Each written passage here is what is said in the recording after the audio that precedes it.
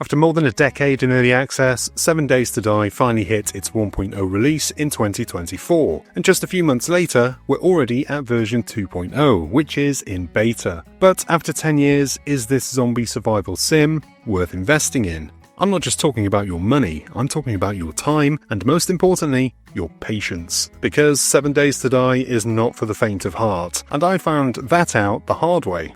Watch on and find out why.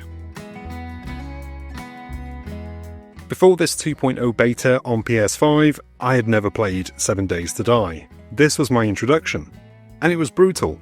I died. A lot. And I expect to die a lot more. The fact that I'm actually looking forward to that means that the game has survived my review and has not been purged from my console. But it did take a lot of warming up to. 7 Days to Die is a deep survival sim, and I mean deep. You have the usual: collecting, crafting, exploring, and surviving. Food, water, and stamina all need to be managed, or you're dead. Familiar territory.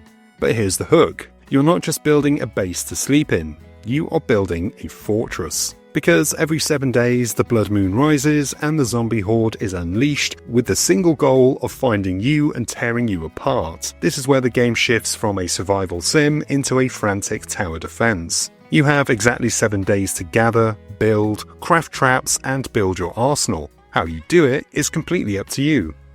The game does guide you to begin with through its systems, but then the training wheels come off hard. Do you spend your time running missions for traders to get massive XP boosts and valuable rewards? Or do you ignore humanity and just explore the massive open world? That's what I really liked, the choice. I decided to become a bridge troll, living in a very basic fort, if you can call it that. You can go it alone or bring in friends. The freedom is the game's biggest strength. Now let's talk about what didn't work. The combat. It's janky. Melee feels floaty, and it's almost impossible to tell if you're in range to get a smack in or just in range to get smacked. I died multiple times trying to figure out the hitbox on a basic club.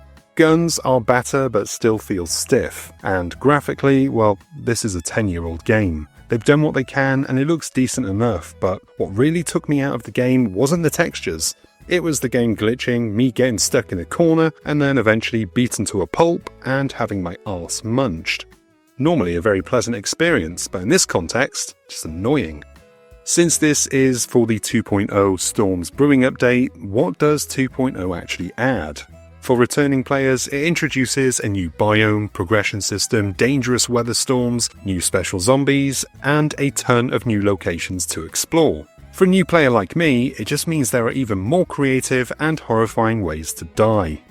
Each death is a lesson, but the learning curve isn't a curve at all. It's a bloody cliff.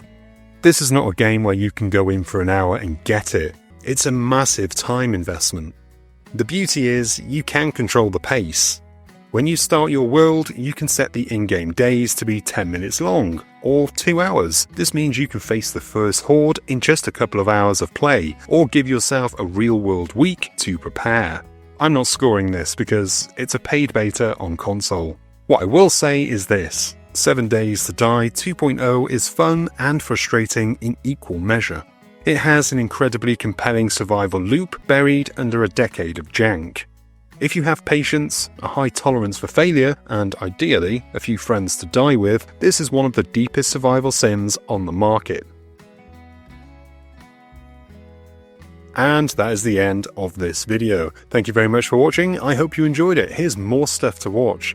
If you enjoyed this video and found it useful, go on down below, hit the like and subscribe buttons, and give the bell icon a ding so you're notified whenever there's something new to watch. I've been Chris, you've been gorgeous, and I'll see you on the next one. Until then, cheers my dears.